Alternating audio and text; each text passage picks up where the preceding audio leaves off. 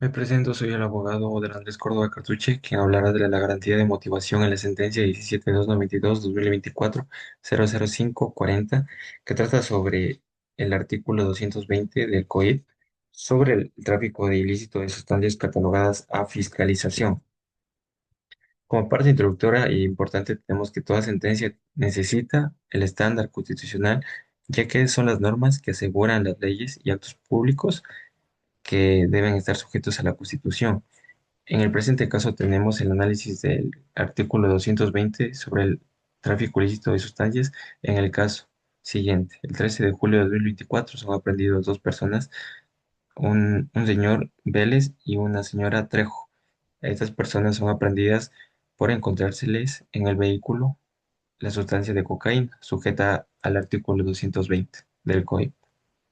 Deben declararse culpables con respecto al artículo 220 como autor directo y cómplice a los aprendidos.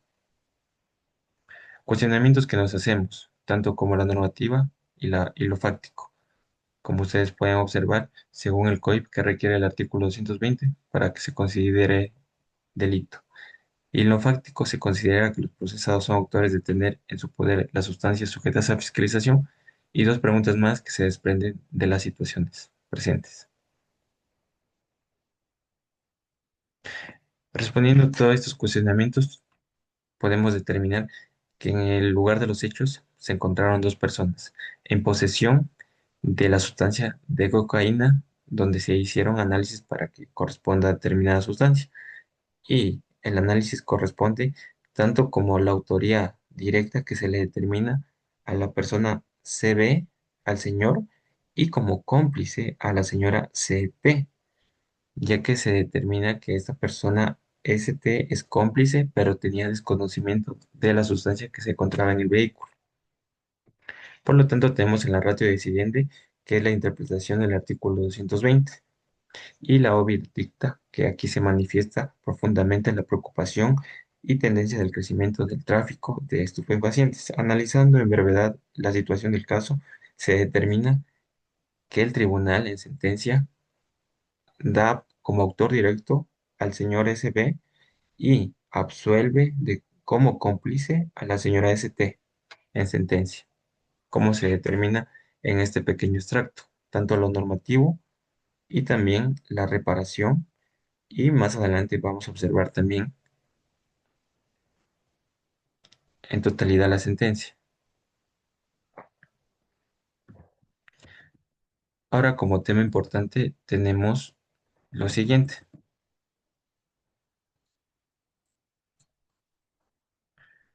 Tenemos un cuadro sobre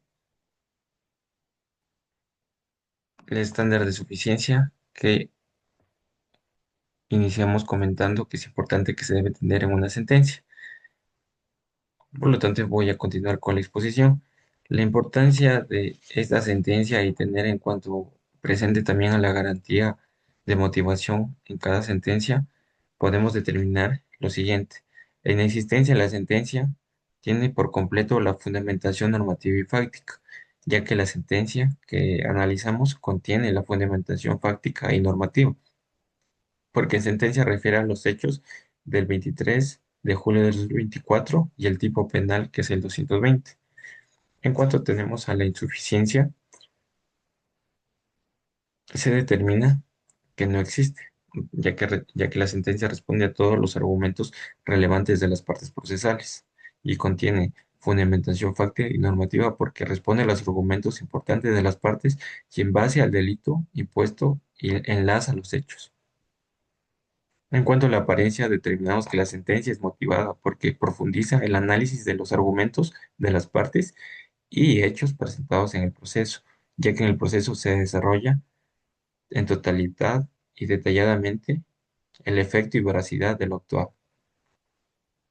En cuanto a la apariencia y congruencia, todos los hechos son valorados, al igual con las pruebas y principios en sentencia, ya que la apariencia e incoherencia no existen en esa sentencia porque los fundamentos jurídicos expuestos por las partes justifican tanto la disposición adoptada por el tribunal y las pruebas que se las ha entregado y valorado han sido expuestas en la sentencia con suficiencia científica y técnica.